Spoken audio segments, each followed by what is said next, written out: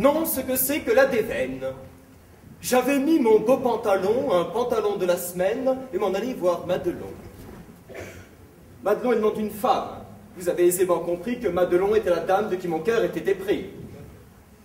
Oui. Faisant sans projet de ménage, j'allais devant moi tout songeur, rêvant d'un prochain mariage d'où dépendait tout mon bonheur. Bref, j'en avais tant dans la tête que là, sur le bord du trottoir pour m'y réfléchir, je m'arrête, sans même m'en apercevoir. Soudain, à la jambe, j'éprouve une étrange sensation. Je tâte. Qu'est-ce que je découvre? Horreur, une inondation. Un affreux chien.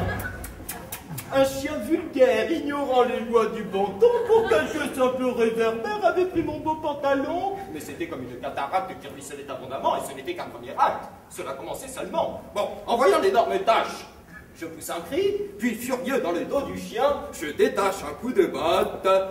Généreux! Après cela, dans une boutique, j'entre afin de faire laver l'humiliation publique dont on venait de m'abreuver, et la chose faite et toute humide, tout mouillé dans mon pantalon, je dirige mon pas rapide vers la maison de Madelon. Je n'avais pas tourné la rue que tout d'un coup là, j'aperçois comme quelque chose qui remue derrière moi. Je regarde. Oh ciel, quelle audace! Non, vous ne devinerez pas. Des chiens 10, 15, 20 en masse sont là me suivant pas à pas. Exaspéré, je les repousse. Un coup des pieds, comme je peux, ils reviennent à la rescousse et me suivent à qui mieux. À chacun me voyant de la sorte me croit sorti de Charenton. Enfin bon, bref, j'arrive à la porte du logis de ma Madelon. Ouf! Mon supplice a donc un terme. Je sonne, j'entre et promptement au nez de tous les chiens, je ferme la lourde porte, poliment.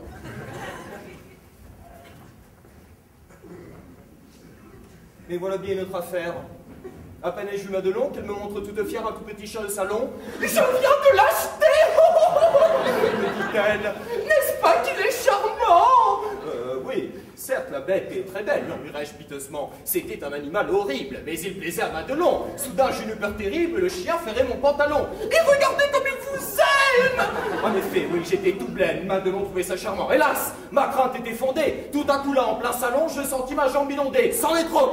J'éclate en furie, et comme un feu subitement aux yeux de la belle ahurie, je me lève et sors brusquement. J'étouffe! Je n'en puis plus! J'en ai la berlue! Mais patatras! Qu'est-ce que je vois dans la rue? Tous mes chiens m'attendaient en bas! Bon, mais c'est un crampon! C'est une colle! Je ne sais comment les chasser! Et je pique une course folle pour pouvoir m'en débarrasser! Hélas! Ils courent aussi vite, et qui plus est, plus nous allons, plus cette meute à ma poursuite s'accroît derrière mes talons! Déjà, ce n'est plus une troupe, c'est une révolution qui va, crie, court, aboie et coupe partout la circulation!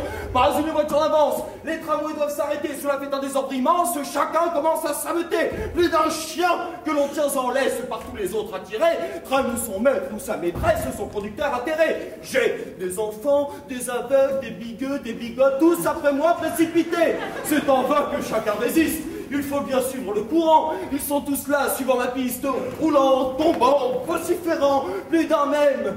Les mauvaises crient.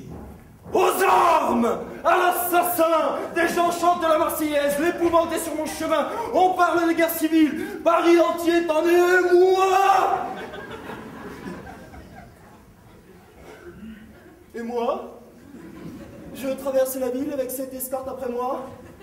Enfin, tout mouillé, tout en nage, j'arrive chez moi tout perclus, jurant bien le cœur plein de rage que l'on ne m'y reprendrait plus.